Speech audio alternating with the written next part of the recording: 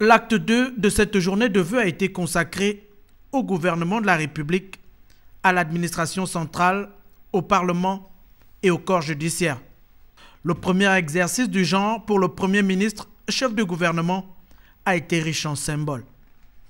Je sais très bien, vous qui êtes un fin connaisseur des choses du football, que le titre honorifique de champion d'automne ne vous intéresse pas. Que votre objectif est le titre national à la fin de la saison en 2016, date à laquelle le Gabon devra être installé de manière irréversible sur les rails de l'émergence en route pour 2025 vers le groupe des pays dits émergents. Dans la dynamique positive des réformes en cours, les présidents de l'Assemblée nationale et du Sénat ont réaffirmé leur engagement aux côtés du chef de l'État.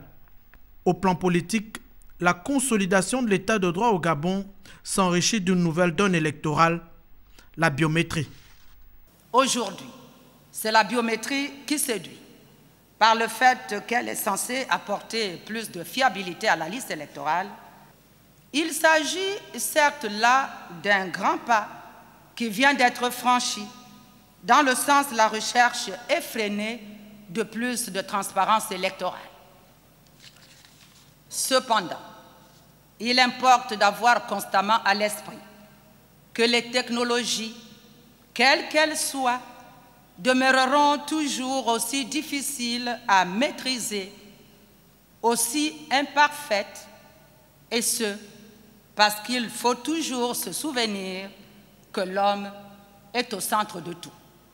La justice pour tous, que le chef de l'État appelle de tous ses voeux, constitue un des piliers essentiels du processus de développement national, pour le bien-être de tous et pour des lendemains encore meilleurs. Nous devons donc nous rassembler autour de nos objectifs communs et démontrer à la face du monde que nous sommes une nation forte, qui sait surmonter ses contradictions et qui sait situer l'intérêt de la maison Gabon au-dessus de toute autre considération. Comme j'ai eu la possibilité de le dire devant les deux chambres du Parlement, réunies en congrès le 12 septembre 2012, je ne laisserai personne menacer les fondements de notre nation.